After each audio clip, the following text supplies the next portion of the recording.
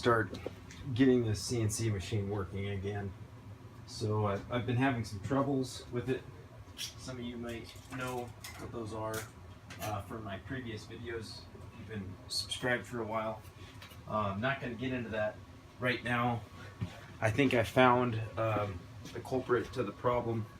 I think what was going on, because I was frying a bunch of these little chips that are on the C10 breakout board, and I think what was happening was that the maximum velocity of the motor was set too high, and so that was drawing too much amperage from the board, or somehow the drivers were pulling more, which I don't know if this makes sense, but my guess is that the velocity was too high, and that was overheating that chip, causing it to fry. Because I've been having good success so far with everything. Each axis or axes is working flawlessly. So, and I got my soft limit set, which is a first. I'll make a video on that, on how to do that, but it's pretty cool. So I'll go ahead and zero this for you guys real quick. Nothing fancy, but if you're not into CNC, this is probably extremely boring, so I'll make it brief. But anyway, this stuff is magic to me. I still think it's just amazing. So I had a big enclosure that I was building for this, but it was just too big. It was taking up too much space. So now I'm going to go ahead and try to do something else. And I've seen Crud CNC. He's a dude from Australia. I've watched some of his videos, and he has a small, looks like maybe a polycarbonate or acrylic enclosure that goes around his, and it's just kind of like an outline of the table itself. Because it's not like using these small CNC machines, we're making long parts typically. Typically we're holding something small, like maybe this block right here. So what I was thinking was this very inexpensive vise that I've got here has a couple of threaded holes in here, so you can move the jaws from here to out here if you need to grip something really wide or deep or whatever. So I was thinking of using those and some of this thin aluminum that I've got, and I can start making a couple deflectors. So it's not going to be a full enclosure, obviously, but it will start deflecting a lot of the chips and keeping them contained within a small area. And so I was thinking of putting one on here. There's also the same screw layout on the back side. I measured these to figure out what the thread was, and I'd like to share that with you. Let me grab my tool that I found out what those were, what thread those were. My pitch gauge.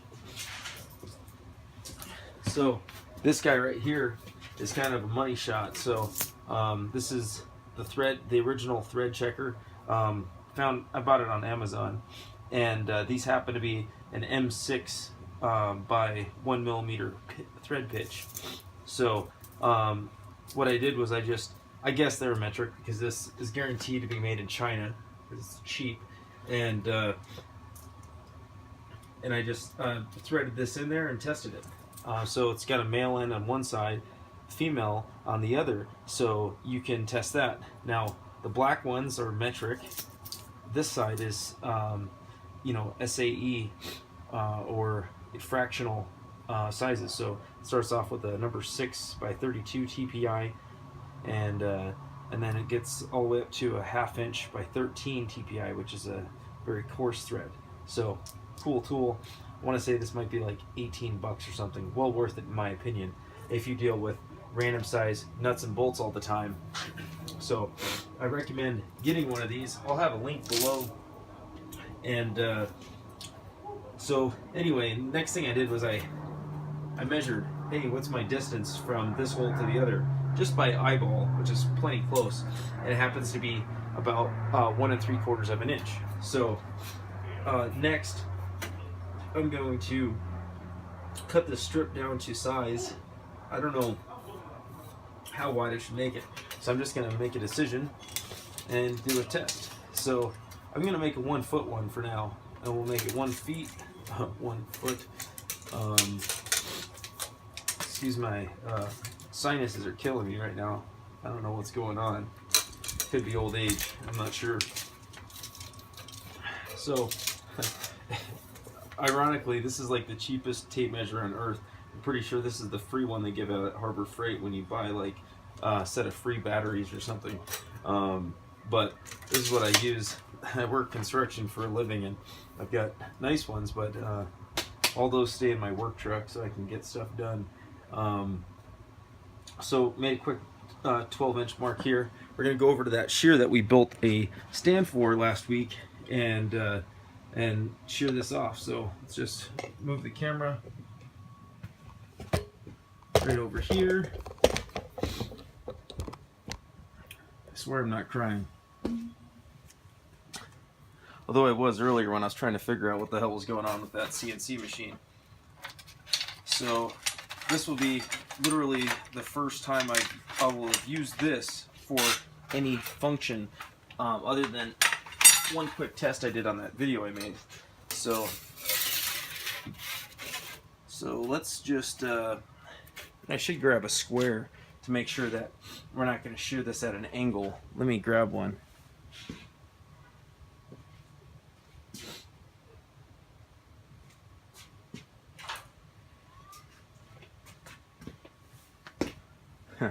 Of course, this is assuming that this thing is square to it. That's not something that I can guarantee. And you probably don't want your square underneath that shear. But alright, I've got the thing in my sights, got her aligned. Let's go ahead and make a cut. Just gonna hold this in place. Now as you lower your handle, you're gonna see this little stopper thing comes down, and that's just to kind of hold your work so it doesn't move on you. So bringing it down. Success. Let's take a look. So here's our cut. Let me see if you can see that. Yeah, pretty cool. If you were to do this with tin snips, more than likely your line would not be this straight, and it'd be a little bit distorted. So this thing just paid for itself. Although I think it might have been like 300 bucks, and a pain in the ass to get into this stand. So now we've got this guy set up. We know that we want to get these holes 1 3/4 inches. We know that this is 12 inches across. It's within a 32nd of an inch. Not bad for marking it with a Sharpie. Now, let's do this. Let me grab that square again. So, we've got the square. I'd like to make a 12-inch mark. 12 inch. Let's go with a 6-inch. That'd make a lot more sense.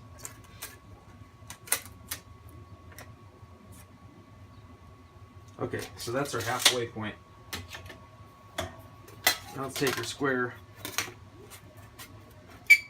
I've got a pretty badass table for doing layout, but I'm using this in my hand instead. It's actually a precision granite surface block. So anyway, we've got our halfway mark here. Now what we can do is figure out how far off the base we want this hole. I want this relatively close to the sliding portion of this. So let's take a quick measure. Find out where our center line of that hole is. It's about 7/16, I would say. So if that's at 7/16 and we want to be relatively close here, I'd say we deduct a 16th from that and bring it down to what, 3/8. So let's go ahead and do that.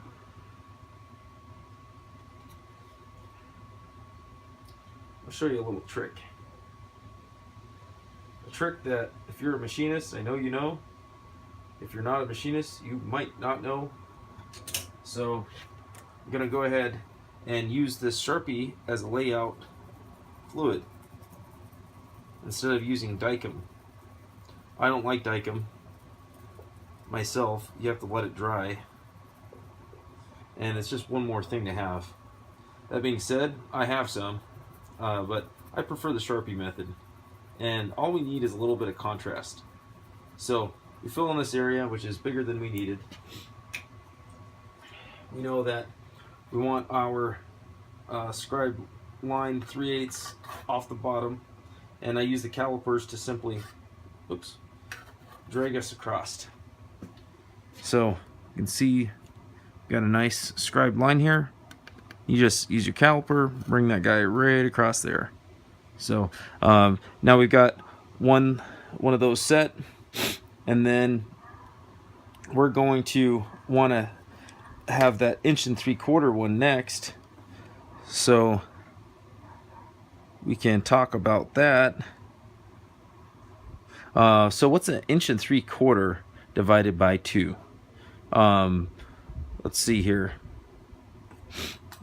1 3/4 divided by 2.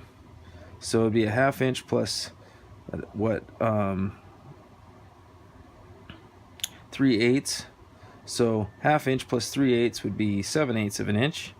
7/8 of an inch in decimal is what? 875 thousandths. So we're going to set this to 875 thousandths. What we need to do then is simply, we're going to take this and scribe a line across. This is kind of a down and dirty way.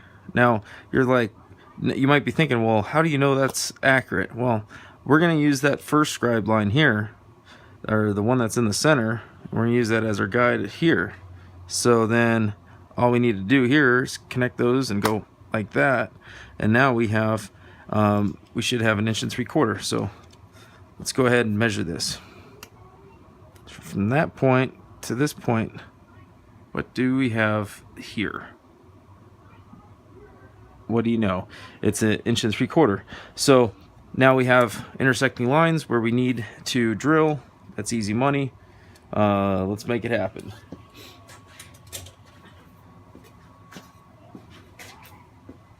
So I've got a little punch here. Let me grab a hammer.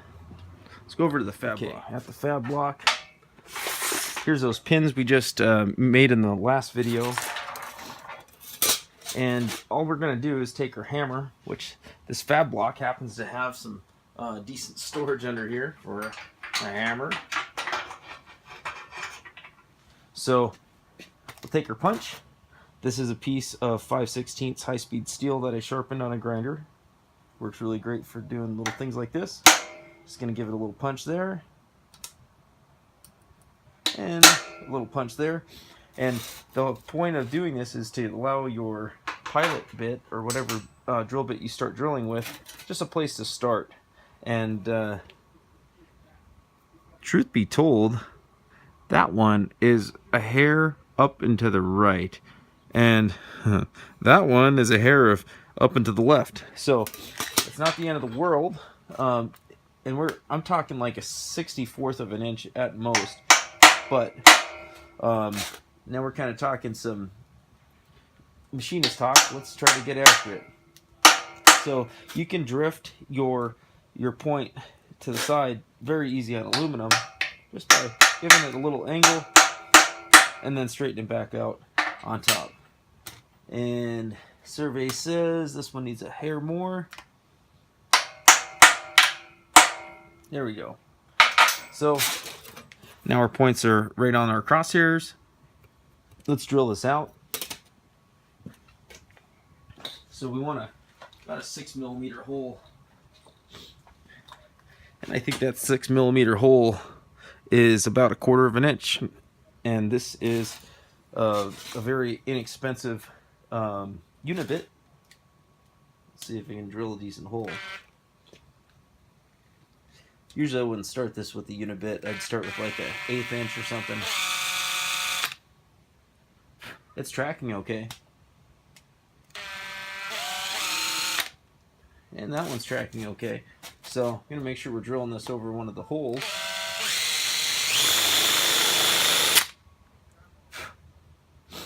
That is no longer tracking okay.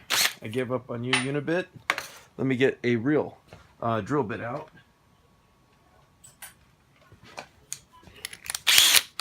I didn't crawl to the top of the food chain to be defeated by a crappy Unibit. Still over the hole. I'm not drilling into our table. Oh boy. Low bridge.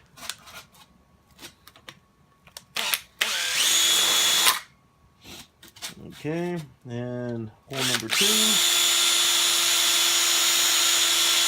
To be honest with you, this drill bit isn't much better than that damn Unibit. So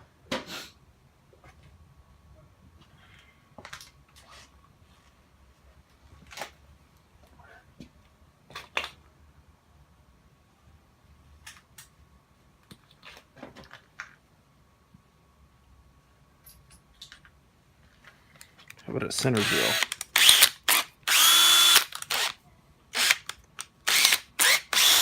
Center drill, don't fail me now.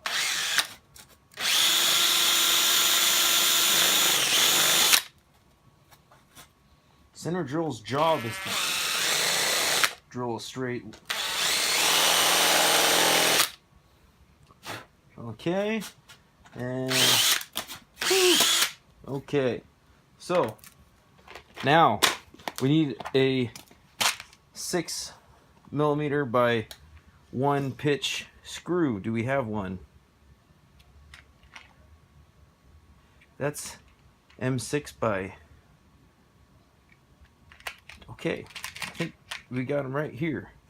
So got 2 of these guys. Make sure they fit.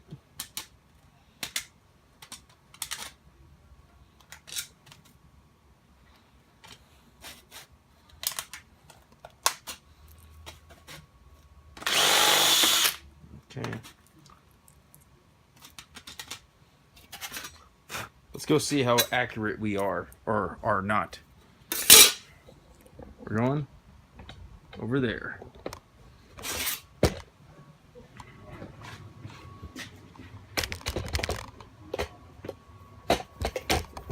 I'll let you guys get a decent shot here. So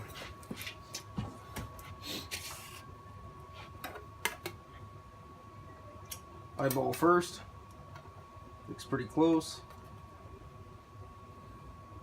Actually, it looks like it's right on the money, which is even better than pretty close.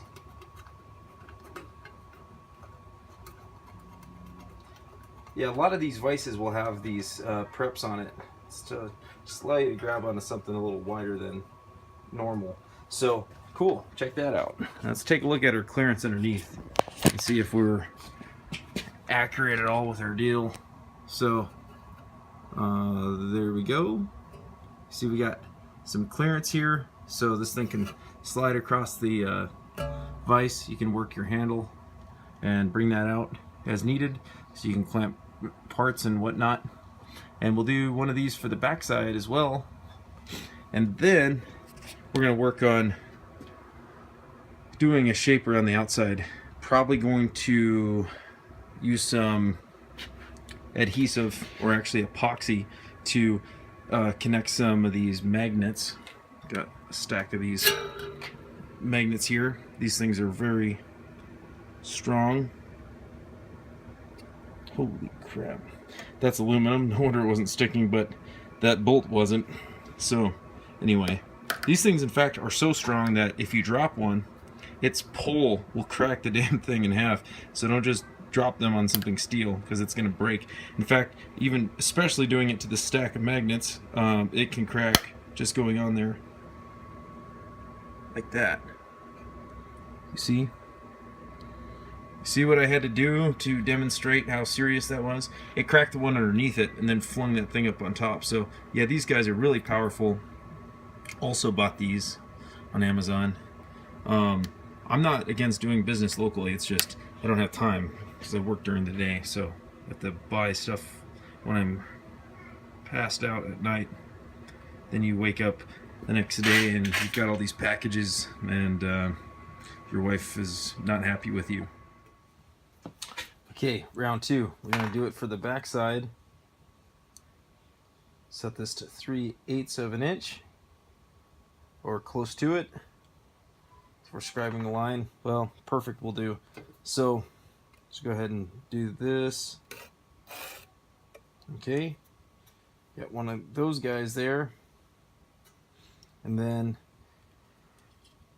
we need to set this to 7/8, which is 875 thousandths.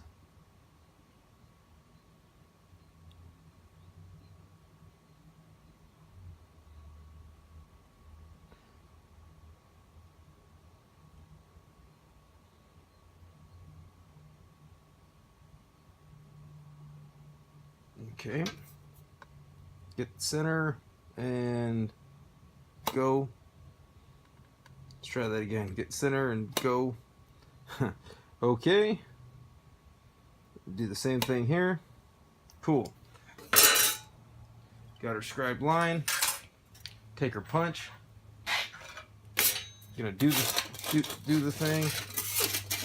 Can you guys see this? Yes. Okay, get the center. Got that guy. Got that guy. Hair up. Good enough for the girls I run with.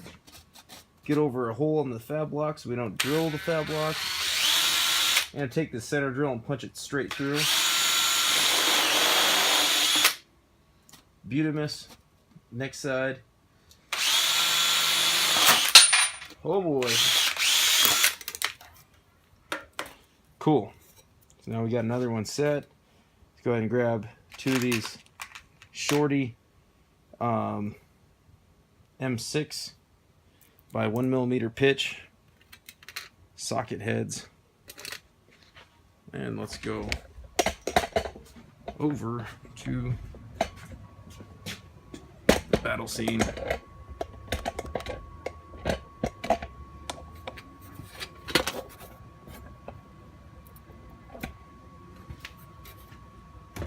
I actually didn't measure these on the back.